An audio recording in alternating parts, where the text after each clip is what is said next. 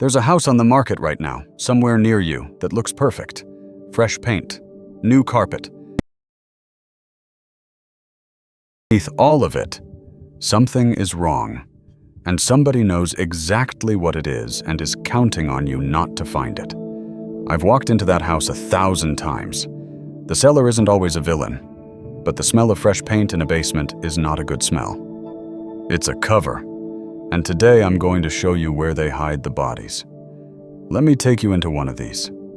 It's a Tuesday morning. You're standing in the front hall of a house you think you might buy. The listing agent left the lights on, all of them, every fixture in the place glowing at 10 in the morning. And that's the first thing I notice. Because bright rooms photograph well, and bright rooms hide shadows. There's music playing softly from a speaker nobody's using. Vanilla in the air. The kind of clean that doesn't happen in a house where people actually live. You walk into the living room and the carpet is new. Plush pale gray still has that chemical smell of fresh nylon. You think, great, one less thing to replace. I think why? Why does a house they're selling get brand new carpet the week before it lists? Nobody spends $1,500 on carpet they're about to hand to a stranger unless the old carpet was telling a story they didn't want told. You keep moving. The kitchen counter has a bowl of lemons on it, and there's a loaf of bread on a board, and none of it belongs to anybody. It's set dressing. You open a cabinet under the sink out of habit, and it's empty and wiped down. And that empty is louder than it should be, because the underside of a working sink cabinet is never that clean. There's always a ring, a little rust, an old sponge. This one's been staged. And staged means somebody stood right here and decided what you were allowed to see.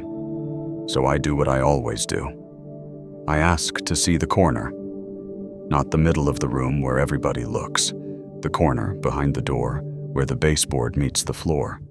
I get down on one knee and I pull the carpet back at the tack strip, just an inch. And there it is. The subfloor underneath is stained a dark tea color, a ring of it, dried but unmistakable.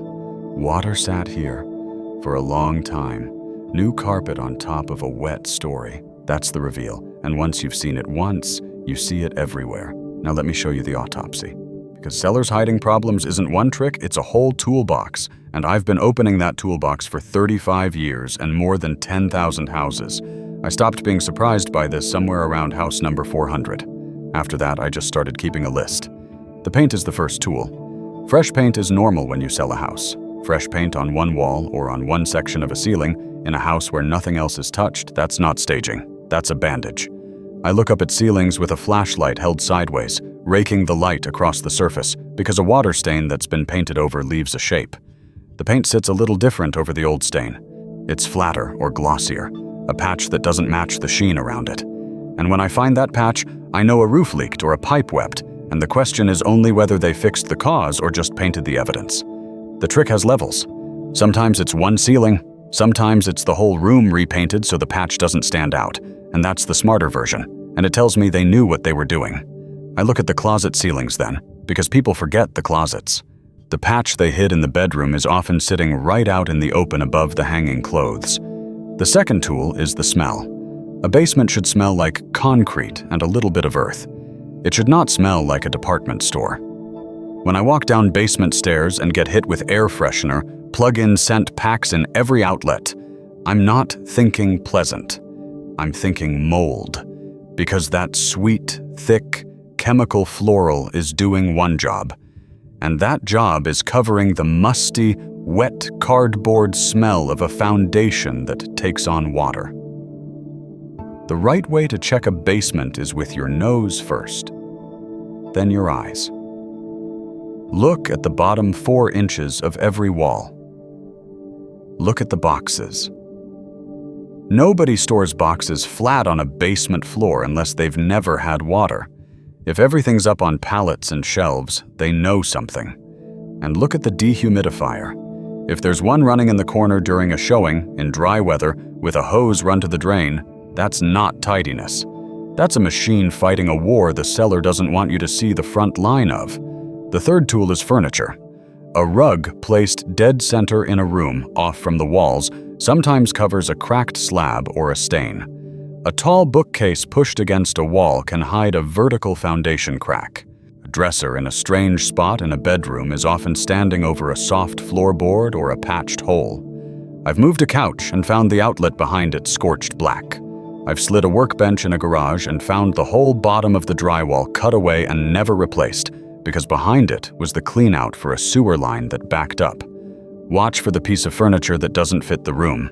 The good sofa in the finished living room makes sense. The heavy armoire jammed into the corner of a small bedroom, blocking a window, standing on carpet that's newer than the rest. That armoire is doing a job, and the job isn't holding sweaters. And the fourth tool, the cruelest one, is the quick cosmetic fix over a live problem. This is the villain of the whole thing, and the villain here isn't always the seller.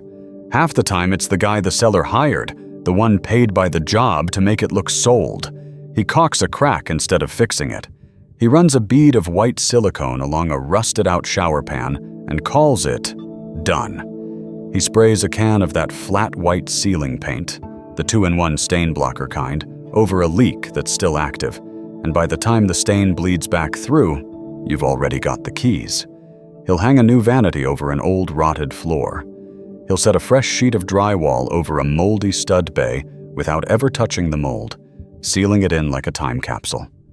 Fast, cheap, and it holds for exactly 1 afternoon, which is all he was paid to buy. I pulled a toilet once during an inspection, which I'll do when the floor around it feels spongy under my boot. The seller had run a fresh line of caulk all the way around the base, bright white. Looked brand new. Looked like care. Underneath, the flange was broken clean off, the wax ring was gray and flattened, and the subfloor had rotted into something the color and texture of wet shredded wheat. That caulk wasn't sealing anything, it was hiding the smell. And here's the thing about that job. A proper caulk seal on a toilet is supposed to leave a small gap at the back, so if the seal ever fails, you see the water on the floor and know. This one was sealed all the way around, airtight, on purpose, so the water and the smell had nowhere to go but down into the wood. That's not a mistake, that's a decision. Let's talk about what these tricks cost you, because that's the part that matters after the candle's blown out. The seller's fix is cheap, that's the whole point. A gallon of stain-blocking ceiling paint is $40, a tube of silicone is $6, a room of builder-grade carpet is $1.50 a square foot, $200 of plug-in air freshener spread over showing season. A new vanity from the home center, $140, set over a floor they never looked at. Now, here's the chain. That $40 can of ceiling paint hides a roof leak. The leak keeps going after you move in, because paint doesn't fix roofs. Water tracks along the top of the ceiling drywall, finds a joist, follows it. And now you've got wet insulation that's lost its R value and stopped working, so your heating bill climbs. The wet drywall grows mold in the dark where you can't see it. 2 years later, you notice the stain again. You open the ceiling, and now you're not buying a can of paint. You're paying $800 to $1,200 for roof repair, another $1,000 to $1,500 to remediate mold, and a couple thousand to replace the ceiling and the ruined insulation. $40 of hidden problem becomes $5,000 of yours. The wet subfloor under that new carpet is the same story. If the moisture source is still there, a leaking supply line, a foundation that sweats, the new carpet's just a wick. You'll get mold under a room you can't easily open. Subfloor replacement runs you $30 to $50 a square foot once you factor the tear out, and if it's reached the joists, you're into structural work and the number stops being fun. And the sewer line the handyman drywalled over. That backup that scared them into selling is still there, roots in the pipe or a belly in the line, and the first big holiday when the whole family runs water at once, it comes back up through the lowest drain in the house. A dig and replace on a main line runs $8,000 to $15,000, more if it runs under a driveway or a mature tree you'll have to take down to reach it. But stay with me, because the next part decides whether you catch this for the price of a flashlight or write a check for the price of a used car. Here's why it happens, and it's simpler than you'd think. A house is sold in a moment. An inspection is a couple of hours. Everything the seller does is designed to get past those 2 hours. They're not fixing the house for the next 50 years of somebody's life. They're dressing it for a single afternoon. Water always tells the truth eventually, but paint can hold the lie just long enough to close. The pressure of a sale bends people who'd never lie about anything else. They've already bought the next house. They need this one gone. And a can of paint feels like a small sin next to a broken deal. So here's the rule, and I want you to write it on your hand before you walk any house.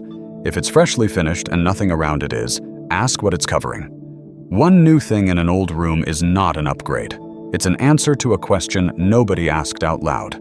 Now, let me show you the right way to walk a house so none of this gets past you. You don't need to be an inspector. You need to slow down and look where the eye doesn't want to go. Start with your nose at the front door before your eyes adjust. Walk in and take one deep breath. Air freshener, fresh paint, new carpet smell all at once. That's a house-wearing perfume. Note it. Then go to the basement first, not last, because that's where the truth lives and where people rush through at the end when they're tired. In the basement, get low. Look at the bottom 4 inches of the walls all the way around. You're looking for a water line, a chalky white mineral crust called efflorescence, or paint that starts partway up the wall, because a fresh coat only on the lower half means somebody painted over a stain they couldn't wash off. Look at the floor around the base of the furnace and water heater for rust rings. A rust ring on the bottom of a water heater means it's been standing in water at some point, and that heater is closer to the end than the seller wants you to know. Look up at the floor joists for that raking light difference where a leak dried. Look at the sump pit if there is one. Lift the lid. If the walls of that pit are wet and it's been dry outside for a week, this house takes on water even in good weather. On the main floor, carry a small flashlight and hold it flat against every ceiling, moving the beam sideways. Stains show as shape and sheen changes. Then go to corners and behind doors and pull the carpet at the tack strip with your fingers, just an inch, in 2 or 3 rooms. It takes 10 seconds and it's the single most honest thing you can do in a house. While you're down there, put your hand flat on the subfloor. Cool and slightly damp is a live problem. Dry with an old stain is a healed one. Both are worth knowing, and they cost you very different amounts of money. In bathrooms, step firmly near the base of every toilet and in front of every tub. If the floor gives even a little, if it feels soft or you hear a faint creak that the rest of the floor doesn't make, water's been under there. Push on the shower and tub surround with your palm. It should be solid as a wall. If it flexes, the wall behind it is rotted. Run the water hot in the sink and the tub both at once, and watch the pressure and listen to the drain. A drain that gurgles or a toilet that bubbles when the tub empties is a vent problem or a partial blockage the seller has learned to live with by never running 2 fixtures together. Now the latter, because how far you take this depends on your budget and your nerve. Good. And this is the floor, not the ceiling. Hire a licensed home inspector. $300 to $600 depending on the size of the house and where you live. This is not optional. A general inspector catches most of what I've described, and the fee is nothing against the price of the house. Walk the house with him. Ask him to show you, not just tell you. A good one welcomes it. A bad one wants you in the car while he fills out a form. Better. On top of the general inspection, pay for the specialists when the house gives you a reason. A sewer scope, where a plumber runs a camera down the main line, runs $150 to $300 and finds the collapsed or root-choked pipe that costs $15,000 to dig up. Any house older than 40 years or with big trees in the yard, get the scope. If the general inspector flags moisture, spend the couple hundred on a mold or moisture specialist before you decide. And if the panel looks old or has any brand the inspector raises an eyebrow at, get a licensed electrician to pull the cover before you close. Not after. Best. For an older or higher-priced house, add a structural engineer for a few hundred more when there's any sign of foundation movement and a licensed roofer to actually walk the roof, not look at it with binoculars from the driveway. You're spending maybe $1,500 total across all of it. On a $300,000 house, that's half of 1% to know what you're actually buying. That's the price of 1 month of a payment on a house you'll live in for 30 years. Here's the honest limitation. No inspection, not mine, not anybody's, is a guarantee. We don't open walls. We don't tear up floors. A determined seller with enough fresh paint and a dry week can hide a leak that only shows up in a hard spring rain 3 months after you've moved in. Inspection lowers your odds of a nasty surprise. It doesn't erase them. Anybody who tells you different is selling you something. And this is the point where you call a licensed pro and stop poking around yourself. The moment you find soft floor, a painted-over stain that's damp to the touch, or that basement perfume, you don't negotiate on a guess. You put a professional on it and you get it in writing, because that report is your leverage and later your evidence. Let me tell you about one house.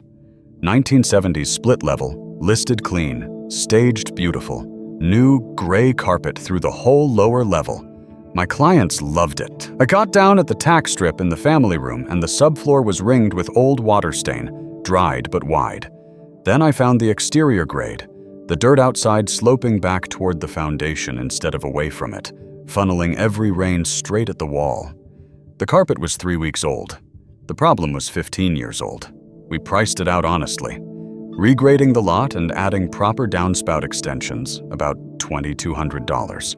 Tearing out the fresh carpet, replacing the water-damaged subfloor, and putting flooring back down, around $5,800. Total $8,000 of somebody else's hidden problem. My clients went back and asked for exactly that off the price, in writing with the report attached. The seller took it because they knew. They fixed the grade first, the right way, and 4 years later that lower level is bone dry. $8,000, caught by pulling one corner of carpet back 1 inch. So here's where it leaves you. You pay for the truth today, a few hundred to a couple $1,000s, and you buy the house with your eyes open. Or you skip it, save the fee, and pay forever in mold and rotted joists and heating bills and the slow, sick feeling every time it rains. The candle and the fresh paint are a bet the seller is making that you won't look. Look, the realtors and the flippers are going to disagree with me in the comments. Let them. I only report what I find, and what I find week after week is that the prettiest room in the house is usually the one hiding the most. Tell me your state and what an inspection cost you when you bought your place. And if you've ever pulled up carpet or lifted a toilet in a house you just bought, tell me exactly what was underneath it, because I promise you're not the only one. Now, what do you think that seller was really doing when they painted only the lower half of the basement wall and left the ceiling alone?